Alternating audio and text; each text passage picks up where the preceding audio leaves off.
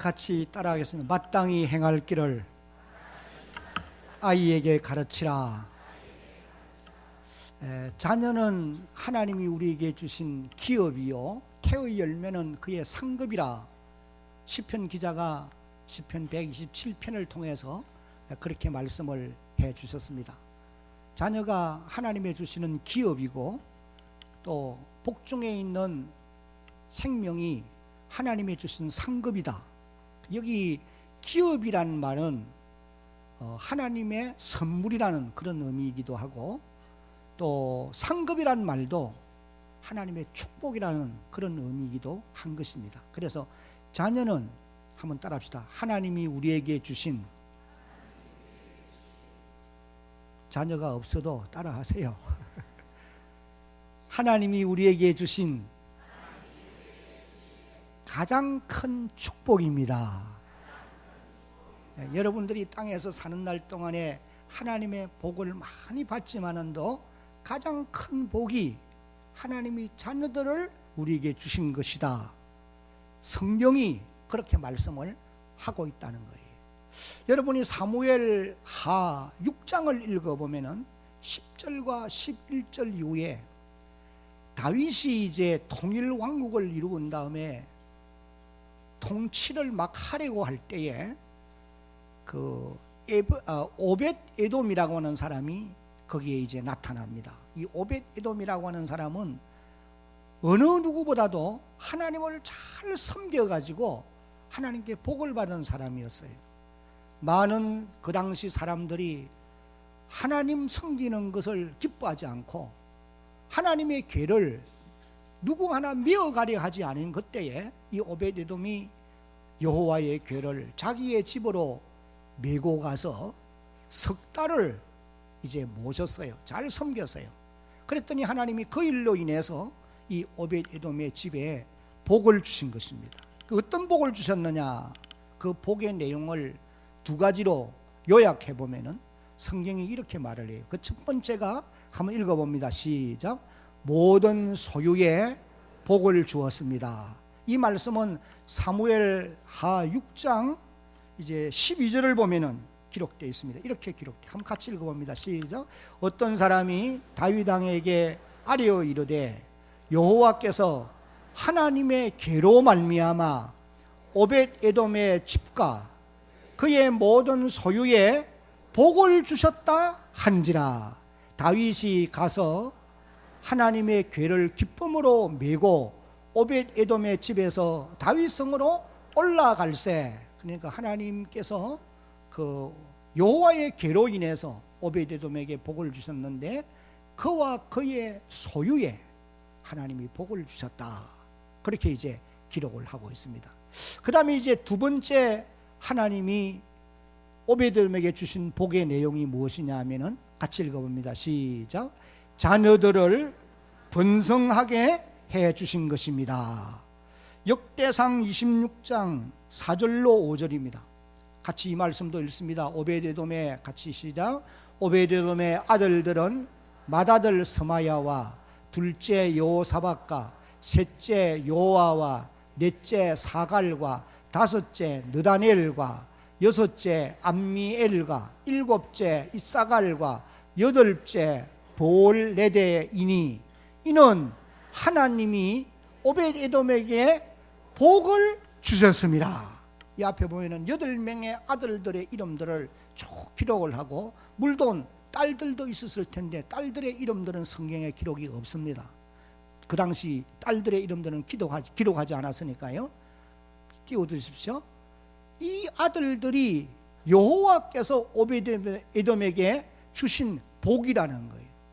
그래서 우리가 이 말씀을 보면은 하나님이 오벳 에돔에게 복을 주셨는데 그 복의 내용이 무엇이냐? 자녀들을 주신 것이라고 말씀을 하고 있는 것입니다. 여러분들이 계속되는 26장 8절 마지막 부분을 가서 읽어보면은 거기 오벳 에돔을 통해서 태어난 자녀들이 62명이며 그렇게 기록을 하고 있어요. 그러니까 자녀들은 하나님이 주시는 놀라운 은총이고 축복이라고 하는 사실입니다. 한 걸음 또 나아가서 이 모든 자녀들이 용사 또 혹은 능력이 있는 사람들로 하나님이 만들어 주셨다. 그렇게 이제 기록을 하고 있는 것입니다. 역대상 26장 6절로 8절 같이 한번 읽어봅니다. 시작. 그의 아들 스마야도 두어 아들을 낳았으니 그들의 조상의 가문을 다스리는 자요 큰 용사라. 7절.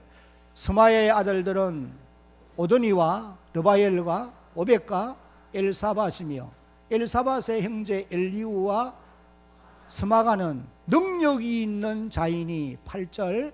이는 다 오베데돔의 자손이라. 그들과 그의 아들들과 그의 형제들은 다 능력이 있어 그 직무를 잘하는 자니 오벳에돔에게서 난 자가 62명이며. 사랑하는 성도 여러분, 오늘 이 2부 예배를 드리고 있는 여러분들도 여러분의 한평생 오벳에돔처럼 하나님을 잘 섬기는 그런 여러분들이 되어서 여러분과 여러분의 소유가 복을 받고 한 걸음 나아가서 하나님의 주신 자녀들이 이 땅에서도 번성하는 이런 놀라운 은총이 있기를 예수님의 이름으로 축복합니다. 크게 아멘. 저는 오늘 5월 첫 주일 이 사랑의 주일을, 자녀 사랑의 주일을 지키면서 하나님이 여러분들에게 가장 큰 축복으로 주신 이 자녀들을 어떻게 양육할 것이냐, 여기에 대해서 좀 말씀을 드리려고 합니다. 오늘 본문을 다시 한 번 더 큰 소리로 읽겠습니다. 마땅히 행할 길을, 시작. 마땅히 행할 길을 아이에게 가르치라. 그리하면 늙어도 그것을 떠나지 아니하리라. 무엇을 가르쳐야 하느냐? 마땅히 행할 길을 가르치라는 것입니다. 그래서 첫 번째, 마땅히 행할 길을 가르치라 라고 말씀을 하고 계십니다. 여기 마땅히 행할 길이란 말은 다른 말로 하면은 당연히 가야 할 길, 이건 안 가면 안 되고 반드시 가야 되는 길, 그 길을 가르쳐야 된다. 여러분, 그러면은 마땅히 가르쳐야 될 길이, 마땅히 행해야 될 것이 무엇이겠느냐? 물론 여러 가지를 성경은 말하고 있습니다만은 저는 두 가지를 여러분들에게 오늘 꼭 말씀을 드리고 싶습니다. 그 첫 번째가 같이 읽었습니다. 시작. 하나님을 섬기며 사는 것입니다. 인생이 이 땅 위에 태어났으면은 이 땅에 사는 날 동안 하나님을 섬기며 사는 것은 마땅히 행할 길이고 당연히 가야 될, 반드시 알아야 되고 반드시 그렇게 되어야 된다는 거예요. 왜냐하면 전도자 솔로몬이 전도서 12장 13절을 통해서 이렇게 말씀하고 있습니다. 같이 읽습니다. 전도서 12장 13절. 왜 떼었다가 안 나와요? 전도서 12장 13절 시작. 일의 결국을 다 들었으니 하나님을 경외하고 그의 명령들을 지킬지어다. 이것이 모든 사람의 본분이니라. 그 다음에 14절도요. 하나님은 모든 행위와 모든 은밀한 일을 선악간에 심판하시리라. 하나님께서 솔로몬을 통해서, 솔로몬은 우리가 아는 대로 지혜의 왕입니다. 그가 한평생 인생을 살고 이제 뒤돌아보면서 이 말씀을 하고 있는 거예요. 일의 결국을 다 들었으니 하나님 경외하고 그 명령을 지키며 살아라. 이것이 인생의 본분이다. 사람의 본분이 뭐냐? 하나님 섬기며 사는 것이라는 거예요. 여러분, 왜냐하면 모든 사람은 하나님의 형상대로 지음받은 이와 같은 존재임을 여러분 믿으시기를 바랍니다. 믿는 사람이거나 믿지 아니하는 사람이거나 모든 사람들은 다 하나님의 형상대로 지음을 받았어요. 그러므로 하나님의 형상대로 지음을 받은 사람들이 하나님을 아는 것은 가장 기본적인 것입니다. 가장 우선적으로 해야 될 일이 무엇이냐? 하나님을 섬기며 살아가는 것이 사람이 해야 될 일이라는 거예요. 자녀는 부모를 바로 알아야 되고 부모를 공경해야 하는 것과 같이 사람은 누구든지 하나님을 섬기며 사는 것이 당연한 그와 같은 일인 것입니다. 여러분, 여러분의 가정의 자녀들 가운데 지금까지 하나님을 알지 못하고 또 하나님을 섬기지 아니하는 이와 같은 자녀들이 있다고 한다면은 그들에게 당연히 가야 될 길, 마땅히 행해야 할 길, 그 길이 하나님을 알고 섬기면 길이는 줄로 알고 가르칠 수 있는, 전도할 수 있는 그런 여러분들이 되셔야 할 줄로 믿습니다. 이것이 기본이기 때문에. 잠언 1장을 읽어보면 7절에 하나님을 경외하며 사는 것이 지혜와 지식의 근본이라고 그랬어요. 사람이 사람답게 살고 이 땅에서 하나님의 긍휼을 잊고 살아가야 될 사람들인데, 하나님을 알지 못하고 산다는 것은 아무리 세상적으로 유명한 사람이라 할지라도, 지위와 명성이 뛰어난다 할지라도, 많은 소유를 가졌다 할지라도 하나님을 알지 못하면은, 그를 섬기며 살지 아니하면은 가장 기본적인 것에서 떠나 있다는 것입니다.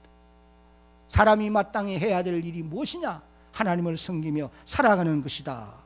이 사실을 여러분들이 깨달아 알고, 저는 여러분 모두가, 여러분의 가정에 하나님 주신 자녀들이 여러분 생존에 있을 때에 여러분으로 인하여서 하나님을 알고 주께로 돌아올 수 있도록 기도하고 전도하는 그런 여러분들이 되어지기를 다시 한번 예수님의 이름으로 축복합니다. 그래서 우리가 5월 달을 가정의 달로 이제 나라도 정하고 국가, 교회도 지키는데, 특별히 5월 24일은 가족 전도주일로 그렇게 우리가 지키려고 합니다. 믿지 아니하는 자녀들, 또 믿지 아니하는 부모님들 이제 모시고 전도주일로 지키는 그런 주일로 지키려고 해요. 여러분들이 이번 이 5월 달을 통해서 믿지 아니하는 가족들에게, 자녀들에게 하나님이 누구이며 예수를 왜 믿어야 되는지, 구원받은 하나님의 백성이 되어질 수 있도록 여러분이 전도하는 그런 귀한 역사가 있기를 다시 한번 주의 이름으로 당부합니다. 그 다음에 이제 두 번째 마땅히 행할 길이 무엇이냐? 같이 한번 읽습니다. 시작. 하나님의 말씀을 지키며 사는 것입니다. 신명기 11장 18절로 20절 같이 읽습니다. 시작. 이러므로 너희는 너희의 말을 너희의 마음과 뜻에 두고 또 그것을 너희의 손목에 메어 기호를 삼고 너희의 미간에 붙여 표를 삼으며, 9절, 또 그것을 집에 앉아 있을 때든지 길을 갈 때든지 누워 있을 때든지 일어날 때든지 이 말씀을 강론하고, 20절, 또 내 집 문설주와 바깥문에 기록하라. 이 신명기 6장 6절로 7절에 있는 말씀과 동일한 말씀인데, 모세가 재해석해서 기록한 말씀이 바로 이 말씀입니다. 여기서 모세가 강조하고 있는 것은, 한번 따라합시다. 이 말씀을 가르치라. 한마디로 요약하면 그 말씀이에요. 이 말씀을 가르치라. 이 말씀이 무엇이냐? 그것은 바로 하나님의 말씀, 하나님의 계명들, 하나님의 율례, 하나님의 법도, 이것을 가르치라. 이것이 마땅히 행할 길이 여기에 있다는 거죠. 왜 우리가 하나님의 말씀인 성경을 가르쳐야 되느냐? 성경은 세 가지 목적을 위해서 기록되어 있기 때문에 그런 것입니다. 크게 말하면 세 가지 목적이에요. 그 첫 번째는 같이 읽습니다. 시작. 구원에 이르는 지혜를 얻게 해주기 때문입니다. 디모데전서 3장 15절을 보면은 네가 어려서부터 성경을 알았나니 성령은 능히 너로 하여금 그리스도 예수 안에 있는 믿음으로 말미암아 구원에 이르는 무엇이 있게 하느니라? 지혜가 있게 하느니라. 하나님의 말씀을 배워야 구원에 이르는 지혜를 얻을 수 있다는 것입니다. 왜냐하면 성경은 예수 그리스도에게 관해서 기록하고 있는 말씀이 바로 성경에 기록되어 있는 말씀이기 때문에 그런 것입니다. 그래서 사도 요한은 요한복음 20장 31절 말씀을 통해서 오직 이것을 기록하는 목적은 너희로 예수께서 하나님의 아들 그리스도이심을 믿게 하려 함이요 또 너희로 믿고 그 이름을 힘입어, 한번 따라합니다, 생명을 얻게 하려 함이라. 영생을 얻게 하도록 하기 위해서 내가 이 말씀을 기록한다. 그렇게 이제 말씀을 하시고 계십니다. 여러분, 성경을 배우게 되면 예수님을 구주로 믿고 구원에 이르는 지혜를 얻게 되는 줄로 믿습니다. 그래서 이 말씀을 가르치라. 이것이 마땅히 해야 될 일이다 라고 말씀을 하십니다. 그 다음에 이제 두 번째 목적은 다 같이 읽습니다. 시작. 하나님의 사람으로 온전케 하게 만들기 때문입니다. 디모데전서 3장 16, 17절 우리가 잘 아는 말씀이에요. 같이 읽습니다. 시작. 모든 성경은 하나님의 감동으로 된 것으로 교훈과 책망과 바르게 함과 의로 교육하기에 유익하니. 17절 시작.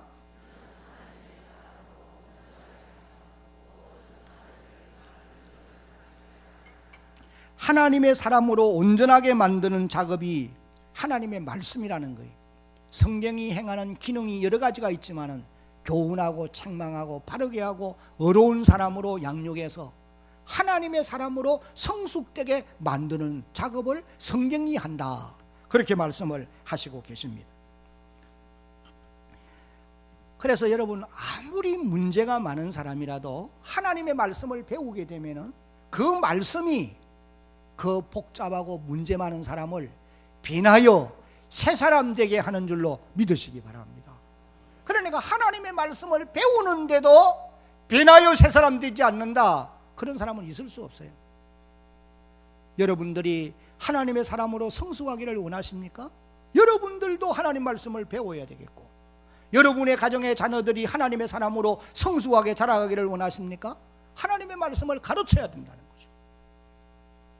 그 다음에 성경을 기록하는 세 번째 목적은 다 같이 읽습니다. 시작. 선한 일을 행할 능력을 갖출 수 있게 하기 때문입니다. 디모데전서 3장 17절 조금 전에 우리가 읽었는데, 이는 하나님의 사람으로 온전케 하며 그 다음에 모든 선한 일을 행할 능력을 갖추게 하려 함이라.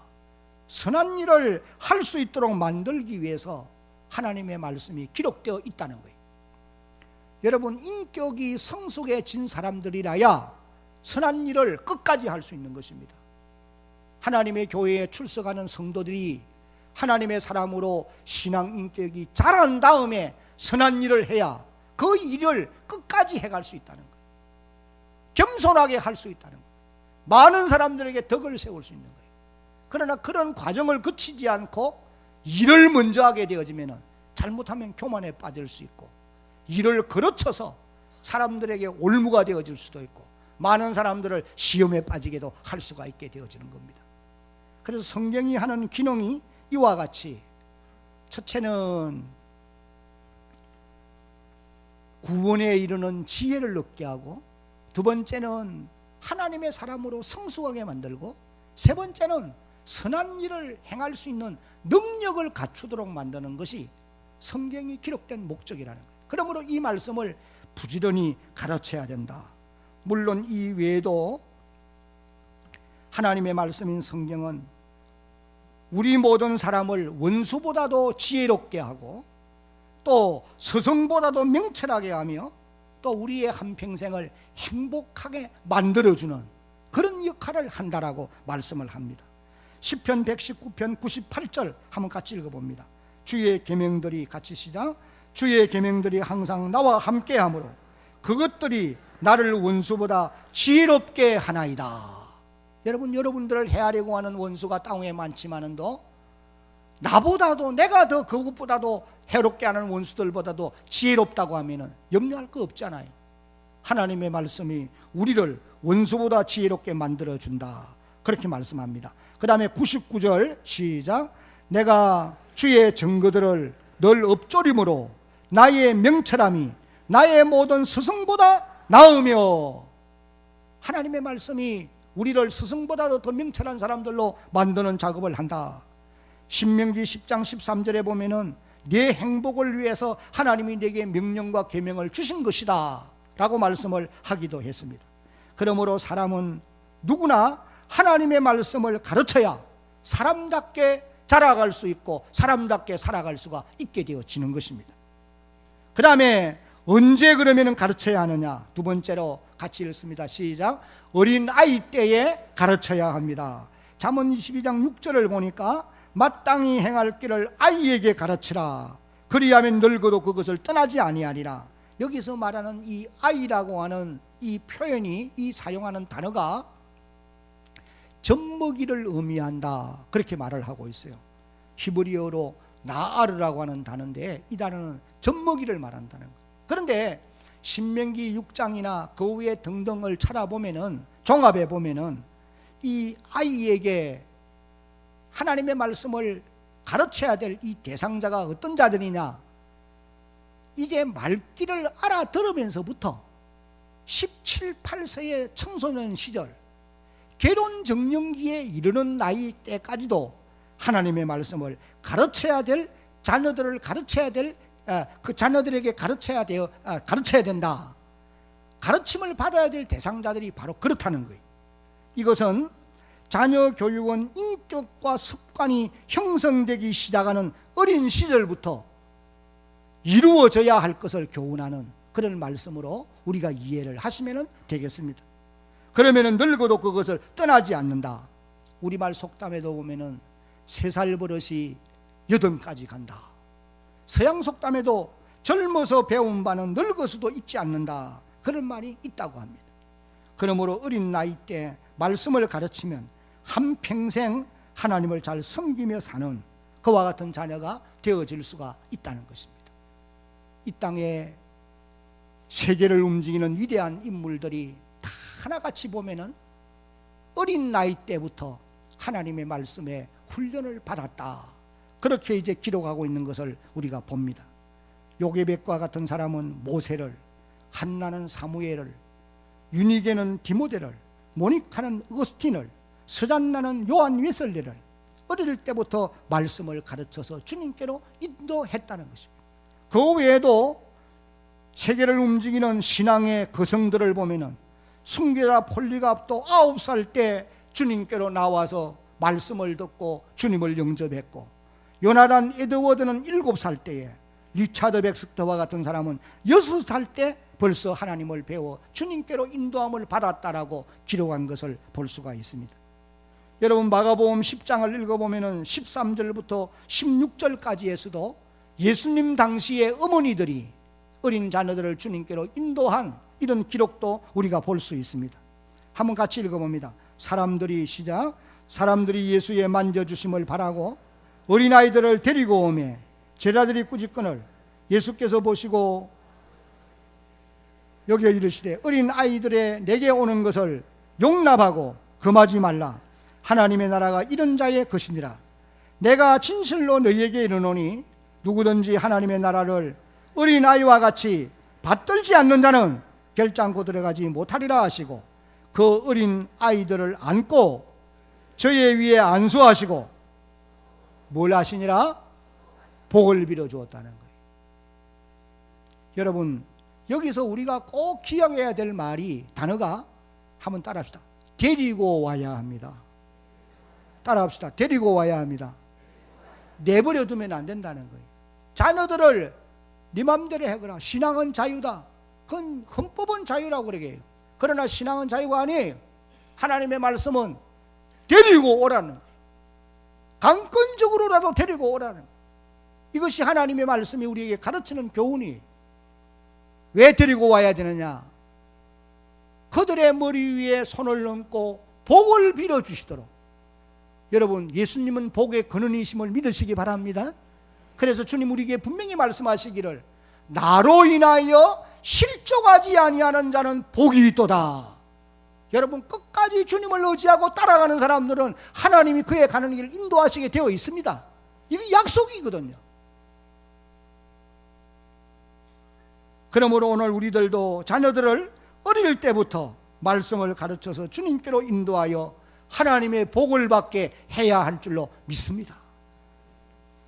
이제 마지막으로 어떻게 가르쳐야 될 것이냐. 여기 아이에게 가르치라. 그리하면 늙어도 그것을 떠나지 않는다. 이 가르치라는 단어가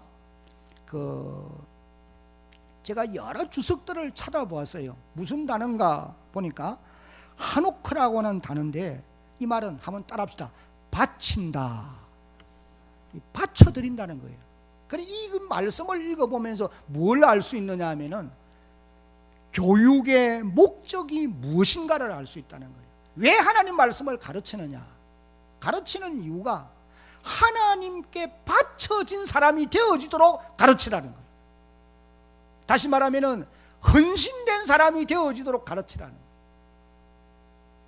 형식적으로 가르치는 것이 아니고 하나님의 사람으로 헌신되어질 수 있도록 가르치라, 그런 의미의 말씀이에요. 여러분, 그러므로 오늘 부모된 자녀들이, 사람들이 자기의 자녀들을 하나님의 말씀을 가르칠 때에 근성으로 가르칠 것이 아니고 그들의 신비에 새겨지도록 가르쳐야 된다는 거죠. 그렇게 해서 하나님의 사람으로 헌신되어질 수 있도록 만들어야 된다, 그것을 우리에게 교훈하고 있는 것입니다. 여러분, 여러분들이 한번 생각해 보십시오. 자녀들을 오늘까지 키워왔고 또 지금도 양육하고 있는 부모님들인데 하나님의 말씀을 여러분들이 어떻게 가르쳤으며 지금도 어떻게 부모된 분들이 가르치고 있습니까? 너무 우리가 형식에 치우치고 있지 않느냐는 말이에요. 하나님의 사람으로 헌신될 수 있도록 가르치라는 거예요. 그래서 사도 바울은 에베소 6장 4절을 통해서 한번 따라합시다. 주의 교훈과 훈계로 양육하라. 여기 교훈과 훈계라는 이 단어가 대단히 중요합니다. 이 교훈이라는 말은 히브리서 12장 11절을 읽어보면 징계란 말로 기록되어 있어요. 그러니까 오늘 우리 부모된 사람들이 자기의 자녀들에게 하나님의 말씀을 가르칠 때에 교훈, 징계로 가르칠 필요가 때로는 있다는 거예요. 그래서 구약성경 잠언 13장 24절을 보면은 매를 아끼는 자는 그의 자식을 미워함이라, 자식을 사랑하는 자는, 따라합시다, 근실이 징계하느니라. 여기 근실이 징계한다는 말은 인생의 아침에 징계한다, 그런 뜻이라고 그래요. 인생의 아침이 어느 때입니까? 악한 습성이 뿌리를 내리기 전을 말하는 것입니다. 저나 여러분들이 경험하는 일이지만 우리 몸에, 우리의 삶에 잘못된 악한 습성이 뿌리를 내리고 있으면 이거 잘라내기가 얼마나 힘듭니까? 그러니까 어린 나이 때에 아직도 악한 습성이 뿌리를 내리기 전에 인생의 아침에 하나님의 말씀을 가르치되 징계를 통해서도 가르쳐야 된다, 이것을 잠언 기자가 말씀하고 있는 것입니다. 잠언 22장 15절에 보면은 아이의 마음에는 미련한 것이 얽혀서나 징계하는 채찍이 이를 멀리 쫓아내느니라. 잠언 29장 15절을 보면은 채찍과 꾸지람이 지혜를 주거늘 임의로 행하도록 버려두면 자식은 어미를 욕되게 할 것이니라. 이런 말씀을 자꾸 하면은 젊은 어머니 아버지가 싫어해요. 그 정도만 합니다. 그러나 여러분 꼭 기억해야 돼요. 하나님의 말씀이 사람을 사람답게 키우는 가장 중요한 방편이 된다고 하는 사실을 꼭 기억해야 됩니다. 그래서 종교개혁자 말틴 루터는 채찍을 아끼면 자녀를 버린다, 그것은 사실이다. 그런 채찍 옆에는 사과를 놓아두었다가 자녀들이 잘했을 때는 사과를 주라, 그런 교훈을 했습니다. 그래서 에베소 6장 4절에 바울이 가르친 말씀대로 하면은 첫째는 교훈과 징계를 통해서 양육해야 되고 또 한 가지가 훈계입니다. 훈계란 말은 다른 말로 하면 충고란 말이에요. 그래서 교양과 훈계, 교훈과 훈계, 이 두 가지가 반드시 겸비해서 하나님의 자녀들을 양육할 것을 성경은 말씀을 합니다. 그 다음에 또 한 가지는 믿음의 모본을 통해서 가르치라는 거예요. 서양 속담에 이런 속담이 있다고 해요. 자녀들이 부모 앞에서 배우는 것이 아니고 부모의 뒷모습을 보고 배운다. 그 말이 무슨 말입니까? 어떻게 사는가를 보면서 배운다는 거예요. 아무리 말 가지고 해가 되는 게 아니라는 거예요. 그래서 신앙의 모본을 통해서 가르쳐야 될 것을 우리에게 말씀하고 있는 것입니다. 디모데후서 1장 5절을 보면은 디모데에게 바울이 편지하면서 이 믿음이 먼저 내 외조모 로이스와 내 어머니 유니게 속에 있더니 그 믿음이 내게도 있는 줄 내가 확신한다, 그렇게 말씀을 하고 계시는 것입니다. 우리의 자녀들이 우리의 모습에서 보고 듣고 우리의 축소판으로 자라가고 있음을 늘 기억하면서 신앙의 모본을 통해서 저들을 하나님의 사람으로 양육하는 이와 같은 책임과 의무를 우리가 잘 감당해 가야 될 것입니다. 이제 말씀을 맺겠습니다. 사랑하는 성도 여러분, 여러분의 가정의 자녀들 아직도 하나님의 교회를 멀리 떠나 있고 하나님을 알지 못하는 자녀들 그냥 내버려 두면 안 됩니다. 위에서 기도해야 되고 반드시 그들을 전도해서 주께로 돌아오게 해야 됩니다. 이것이 여러분이 자녀들에게 해야 될 마땅한 길이에요. 해도 되고 안 해도 되는 게 아니에요. 자유가 아니에요. 하나님이 우리에게 주신 사명인 것입니다. 여러분의 가정과 가문이 다 주께로 돌아와서 하나님의 복을 받는 이런 놀라운 역사가 있기를 예수님의 이름으로 축복합니다.